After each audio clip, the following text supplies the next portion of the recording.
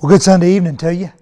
As always, it's nice to change the roles up a little bit here and take on a little different location and take on a little different setting. I want to provide you with a devotional thought for this evening that I hope will be helpful, that will be encouraging, that will cause you to analyze in a very godly and righteous way where you are in light of your spiritual journey with the Lord.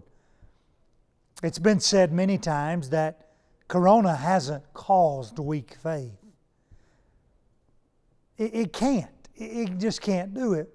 What it does do is expose weak faith, or it may promote weak faith. In that, I've heard a lot of things recently about people who have used the blessings and the avenues that we have to actually become a crutch or a convenient factor. And at this point in this pandemic, I have some legitimate concerns, and there are personal desires within me that concern me. And Joshua talked last week about impatience, and I think we're all there to some degree, and I think I would have to join him in admitting that some things has caused impatience in my life, that they've caused difficulty even in my spiritual journey. And so with that all being said, I want to call your attention back to the Old Testament. We're in the book of Hosea or Hosea, depending on how you pronounce it. I grew up saying Hosea. I got to school and they said Hosea. But whatever the case, we're going to that prophet. 14 chapters. I don't know what you know about that prophet, but it's an interesting story to me because basically God tells him to go marry a harlot. And I'll use that term so that our young people out there won't ask too many questions maybe, because you adults know what I'm talking about. He marries Gomer. She does what harlots do.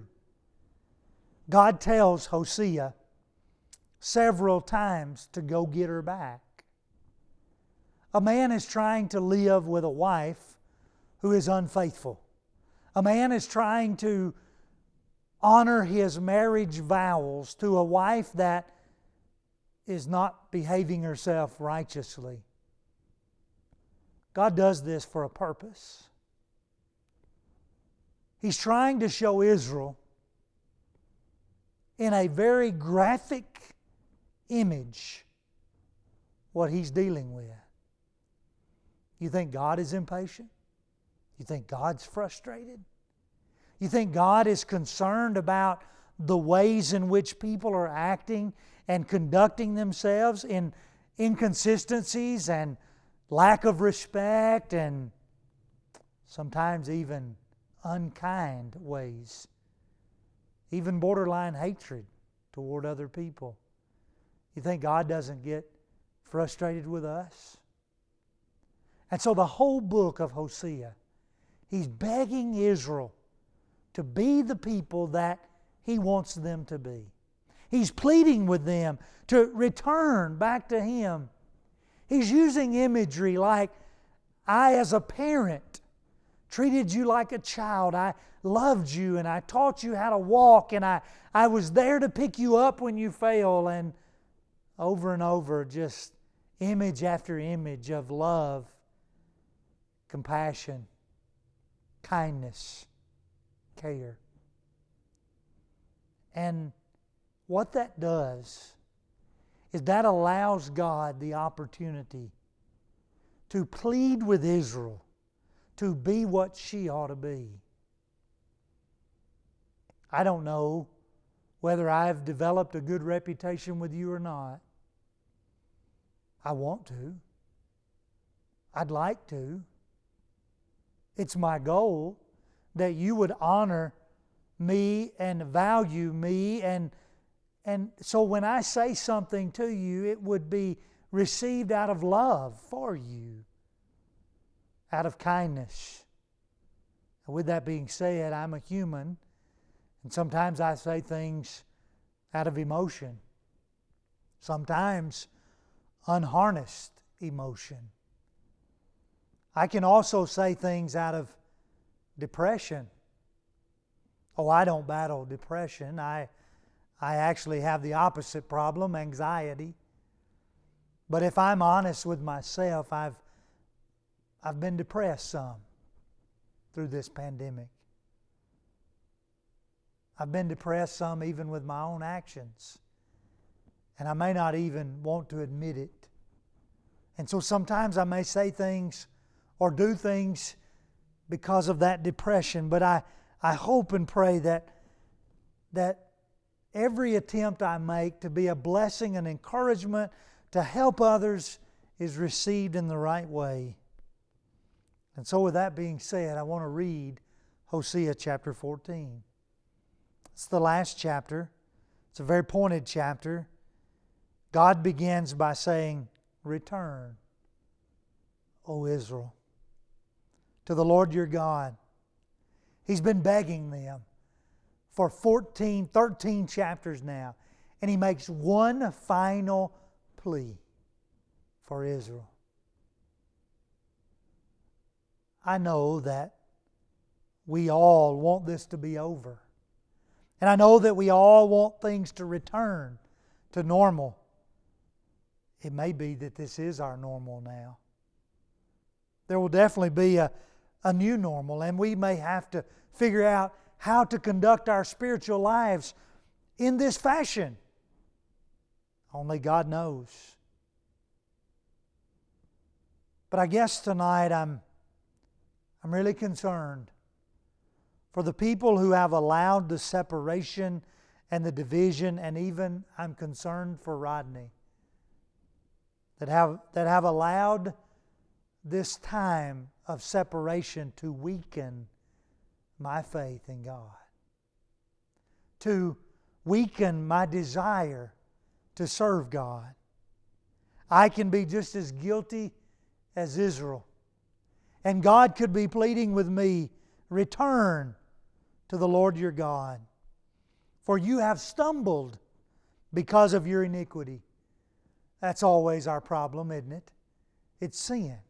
It's iniquity. It's transgressions. It's a problem that's been with us. The coronavirus hasn't caused it. It hasn't made it. It hasn't multiplied it. It's been with us. We battle iniquity. We battle sin. We battle the flesh. We battle the desire of selfishness and to do the things that will gratify our pleasures. It's an ongoing battle. Perhaps not being together and not being able to fellowship and not being able to spend time with Christian people like we once have has made it easier for sin, for iniquity. Has made it easier for you to serve yourself. Has made it more convenient to live the life you want to live instead of the life God wants you to live. That's where Israel was. And God was pleading, "Israel, return." You drop down to verse 8 of Hosea chapter 14.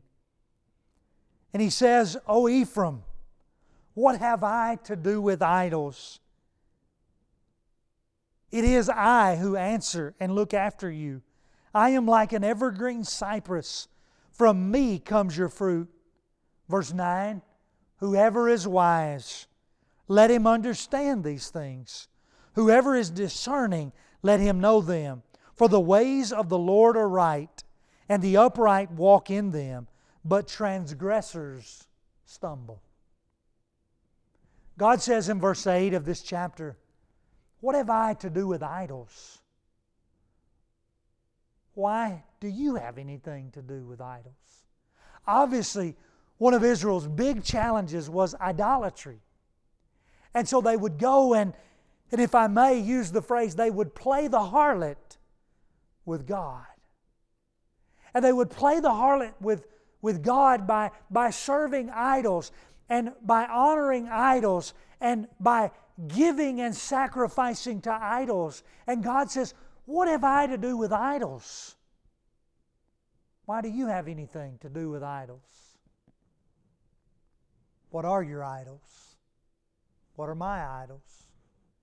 You see, God is saying something has taken my place. And all I'm simply saying this evening is that I'm concerned that many people have allowed something to take the place of God. Oh, God's still there, sure. God's still in the list of things, but He's not at the top of the list because our faith has met trials, difficulties, even on some levels persecution. And we've shown our real colors in that idols have moved up on the list. God says, I am your evergreen cypress. I am the one who provides you with fruitfulness, verse 8. Yet you don't serve me, you don't follow me, you don't obey me, you don't stay close to me, you don't walk in me. I'm wondering if God is feeling the same way today as He did in this chapter in the Old Testament.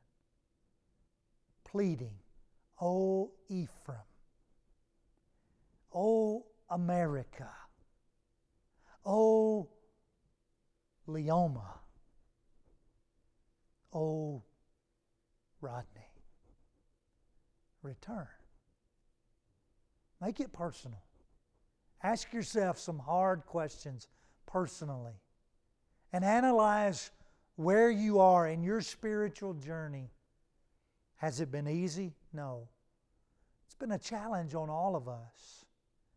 But my fear at this point is that many of us have allowed idols, have started making excuses, have started making choices that are not wise, that are not discerning, verse 9. And we've lost sight of the way of the Lord. Hosea 14 and verse 9 says, the way of the Lord is right. The way of the Lord is right, and the upright walk in them, but those who do not walk in them stumble. And so the choice is ours today. We can walk in the ways of the Lord and be sure and steadfast, secure. Or we can choose to walk in our own ways. And the wise man in the book of Proverbs makes it very clear that when man does his own thing, he is not wise.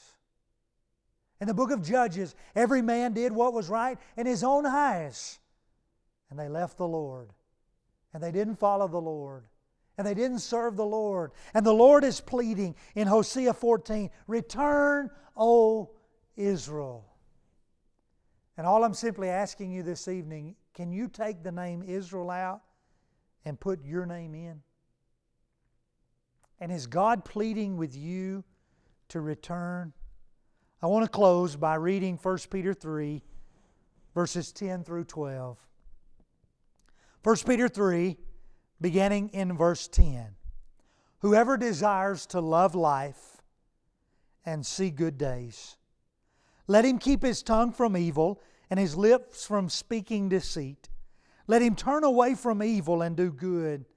Let him seek peace and pursue it. For the eyes of the Lord are on the righteous, and His ears are open to their prayer. My prayer for us today is that our ways would be in the ways of the Lord, and that we would walk upright in them, following Him as we seek to try to return to a building, and as we seek to try to return to activities, and as we seek to try to reestablish some things in our spiritual journey. God is begging and He's pleading with all of us to stay near and dear, to live a life that is holy and upright, and to seek those things that are righteous and good. My fear tonight is that a lot of people out there are stumbling. And they're stumbling because they've chosen the wrong path. I don't want that to be you, and I don't want it to be me. May you stay on the path of the Lord this week. If He's calling you to return, and we can help you with that, please let us know. We love you. We care about you. We want you to be strong. We want you to be right. We want you to walk in the light and join one another, serving the Lord faithfully and upright, that we might not stumble. With that, my prayer is that you have a good week, that you have a godly week, and that God bless you through this week, staying safe and staying well.